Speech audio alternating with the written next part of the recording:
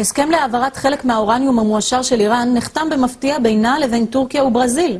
זאת בניגוד למהלך שיזמה ארצות הברית להטלת סנקציות על איראן. בכיר בממשל הברזילאי אף אמר שישראל תגיד מה שהיא רוצה. נמצא איתנו נשיא ברזיל לואיס דה סילבה, הקרוי בפי העם לולה. ערב טוב, מר לולה. למה את אומרת לי ככה, ערב טוב, כאילו שאנחנו לא מדינה רצינית? לא, אני לא התכוונתי.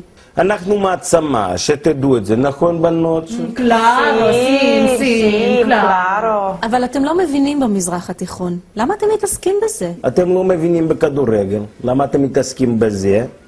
טוב, אבל לכם אין ניסיון בתיווך בינלאומי. אתם לא מכירים את הרקע של כל העימות פה.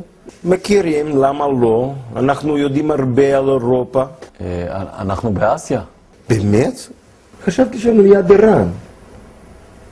גם איראן זה לא חשוב. תגיד לי, מר... אפשר לקרוא לך לולה? מר לולה בשבילך, נכון בנות? Claro, sì.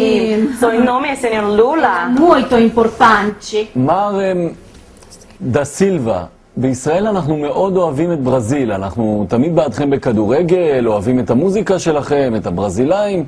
למה אתם חוברים לאויבים שלנו? כי אנחנו כוח עולה.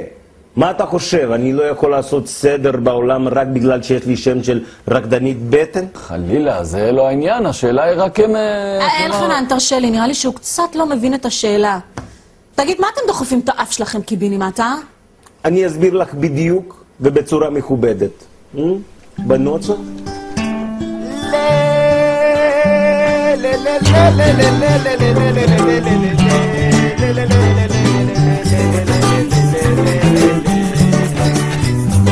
אצלי בבית יש קצת אורניום, כולם עכשיו ידעו שאני לא קטניום.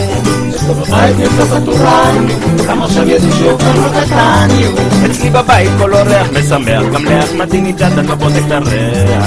אצלי בבית כל אורח משמח, גם לאחמדינג'אד אני לא בודק את הריח.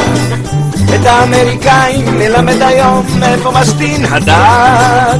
את האמריקאים מלמד היום מאיפה משתין הדג. אני לא סובל את האמריקאים ולנקנק אותם זה בשבילי יום חג. את האמריקאים ולנקנק אותם זה בשבילי יום חג.